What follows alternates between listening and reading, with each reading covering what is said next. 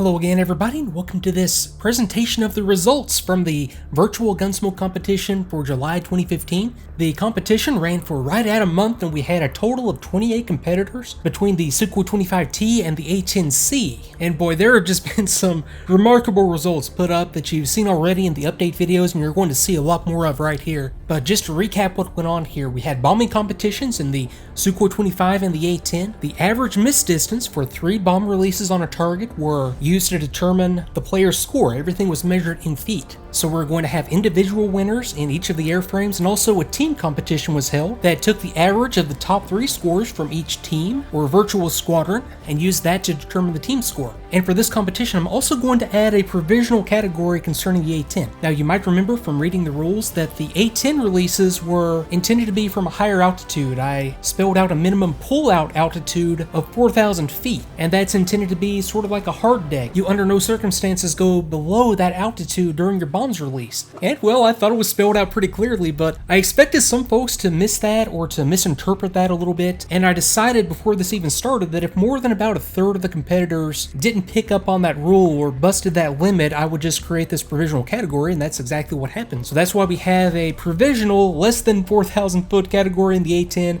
as well as the original more stringent above 4,000 foot category in the A10.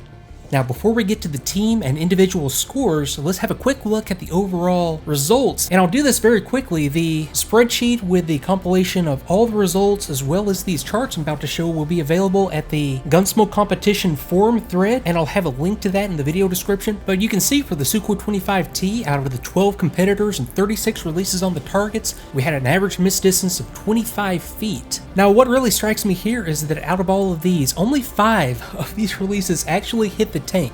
And what I noticed while scoring these and just watching from the cockpit and watching from an external view, I would have sworn that at least half of these impacted the tank directly. But on a closer examination using TACVIEW and slowing down the replay, it was only 5. And that's not a reflection on the quality of the submissions. It is just very, very hard to get a direct impact on that tank. And now the overall A10C results, we had 16 competitors, 48 total releases, and you can see it broken down here by those who used the LASD wind correction and those who did not. The LASD impacts being the ones in green, the standards in blue. And on this chart in particular, you can see that the gray arrow in the middle is the wind direction, and the non-LASD wind corrected releases you can see were in general blown downrange by the wind, just as one would expect. Most of the competitors made an effort, if they weren't using the LASD, to correct for that by choosing the aim point upwind, but the overall result for those standard releases was an average miss distance of 61.2 feet. Those who took the time to do the LASD wind profile had an average miss distance of 28.9 feet. So that's a very clear illustration of what the wind can do to your releases of any type in DCS world. Now, let's go ahead and name the winners in each of the 4 categories, and I'll start, as is appropriate, with the team category. And we had one team submission in the Sukhoi 25, and it was from the 373rd Virtual Fighter Squadron, represented by Vasalis, Greg, and Mav on their 3 releases for an average miss distance of 20.7 feet. So a pretty good showing for these guys. A 4th competitor in the Sukhoi 25, Siva, was right there with a 24-foot score, and they were also represented by Daredevil and Warthog in the A10C. So very well done, and congratulations to the 373rd.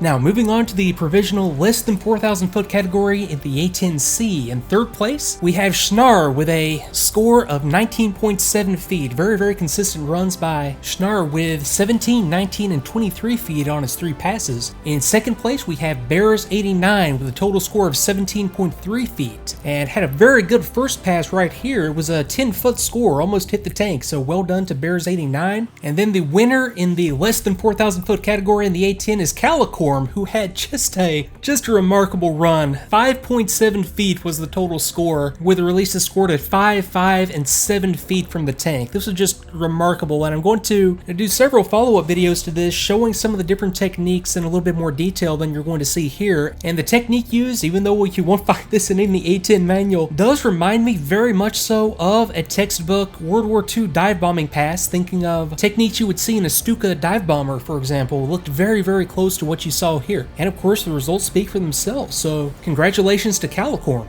And now moving on to the Sukhoi 25T, we'll start in 3rd place, and we had Priller with a total score of 14.7 feet. Now, I mentioned that there were only 5 shacks or impacts directly to the tank in the Sukhoi 25. Priller actually had 2 of them, one of which you saw right here. Now in second place we have CA Soldier with a score of 12.3 feet, and the best of which is shown right here. Very aggressive run. A nice flying by CA Soldier, and well done. And now the winner in the Sukhoi 25T category with a score of 11 feet is the Colonel. 3 very consistent and 3 just textbook runs. Watch all 3 of these if you want to see the by-the-book way to do dive bombing passes in any aircraft. These are 3 excellent examples. He sets up with an aim-off point in front of the target, sets the reticle up behind the target, and then just allows that reticle to walk right up to it. Once the reticle intercepts the target, release. So scores of 11 feet, 13 feet, and then you're going to see one of the other shacks in the Sukhoi 25 right here on his 3rd pass. So congratulations to the Colonel, and yeah, well done to all the flyers in the Sukhoi 25T. This was set up to be beginner friendly, and everybody, and I mean everybody, made a very good showing in this aircraft, so well done again.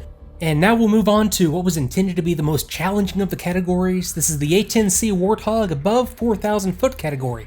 And in 3rd place, we have Took with a total score of 22.3 feet. And these results were just remarkably consistent. The individual releases were scored at 23, 22, and 22 feet. So he obviously has this down and can get some very, very consistent results out of his technique. A very steep dive angle, the steepest, in fact, used by any competitor in either aircraft. So that can be used to your advantage, as Took demonstrates right here. So again, well done. Now in 2nd place, we have Debriefing with a total score of 21.3 feet, and he was really saved by this first pass. This one had a score of 6 feet, his other 2 were at 28 and 30 feet, but you can see the importance of the wind correction and see what the wind does. You see the bomb start to the left, and then as it approaches the target, it just goes further and further to the right, correcting itself all the while, all the way to impact. So 3 very good, just textbook runs. I think I mentioned in an earlier update video where I showed one of his runs. It was just a very, very good use of systems. So this will be another one that I highlight a little bit later on as we get into some more discussion of techniques over the next few weeks here. So that brings us to the winner of the category that I set up to be the most challenging and require the most preparation and thought. So I'll show these last 3 runs in a little more detail just to show you what the winner did to be successful. So with a score of 9.7 feet, that just blew away the rest of the field in this category. The winner is B-Man. And well, I'll just start from the beginning. Now there were 2 main challenges that pilots were faced with in the A10 competition. The first being the altitude restriction. The rules stipulated that you could go no lower than 4,000 feet at any point during your weapons delivery. That included the pull-out from the dive. It was a pull-out altitude of 4,000 feet. So to overcome that, what B-Man does here in the beginning is set an altitude alert at 4,000 feet so that he'll get an audio warning if at any point he goes below 4,000 feet as determined by the radar altimeter.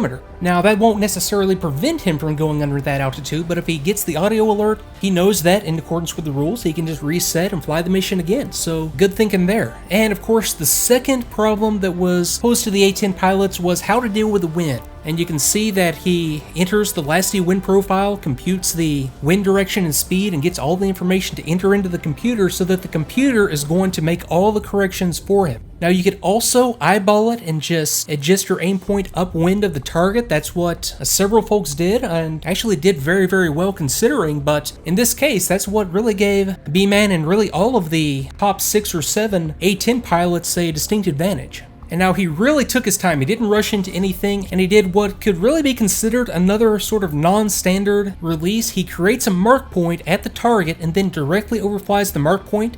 When he was directly overhead, he rolled inverted, pulled for the target, and that had the effect of putting him in just a perfect position to make these releases. It doesn't matter how you get into this position, but if you set yourself up like this every time, you're going to have good results. That's just an ideal position to bomb from. And I suppose there would be 2 things here that gave him an additional advantage. Number 1 being that he came in from a high dive angle. He was from anywhere between 60 and 64 degrees in the dives.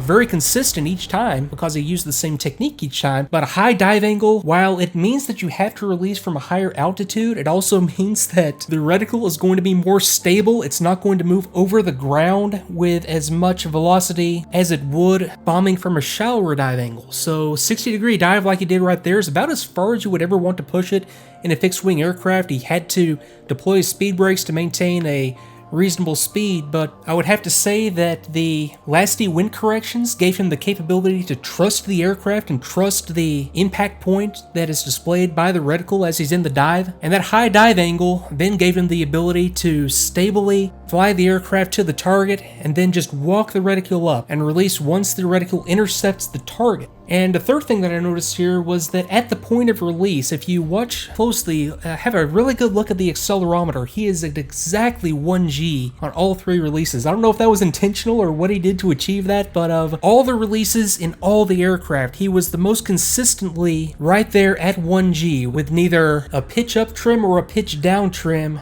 at the point of release, and that's also very, very important when it comes to accurate bombing. Right around 1G is what you want to shoot for, and he was right there consistently each and every time. So folks, I'm going to wrap this one up here. Congratulations again to B-Man, the Colonel, Calicorn, and all the members of the 373rd Virtual Fighter Squadron, and thanks again to everybody who participated. This was a lot of fun to put together, most of all because there were so many participants, and a good turnout, which is always what you want when you try to put together something like this. Now, the next competition is going to be held no earlier than the DCS World 1.5 release, coming hopefully in September. The last thing that I want is have half the competitors flying one version of DCS and half the competitors flying another. So I'm looking forward to opening this up to more aircraft next time, now that I know that it works and there are good ways to score this fairly. So if you missed your opportunity to compete here, we'll do it all again, hopefully very, very soon. So until then, thanks again for watching, and I'll see you next time.